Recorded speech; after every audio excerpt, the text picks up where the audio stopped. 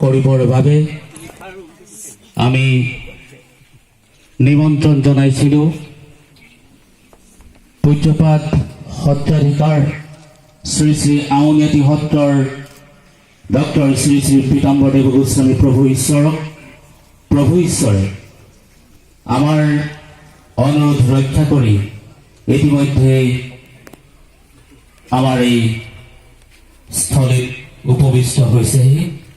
আমি জয় জয়তে প্ৰভুজনালৈ আমাৰ ৰাইজৰ তৰফৰ পৰা শ্ৰী শ্ৰী পীতাম্বৰদেৱ গোস্বামী প্ৰভু ঈশ্বৰলৈ আমাৰ সম্পাদনা সমিতি, সাহিত্য সভা, জ্যেষ্ঠ নাগৰিক মঞ্চ তথা চাৰিংবাকী ৰাইজ তথা ওচৰৰ সমীপৱৰ্তী সকলো ৰাইজৰ হৈ তেখেতলৈ আমি উষ্ম আদৰণি জনাইছোঁ আৰু তেখেতক ধন্যবাদ জনাইছোঁ।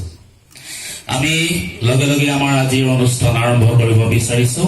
সকলোকে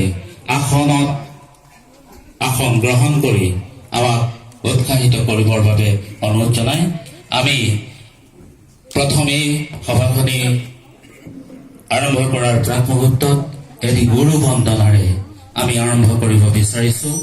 গুৰু বন্দনা পৰিৱেশন কৰিব প্ৰত্যুষ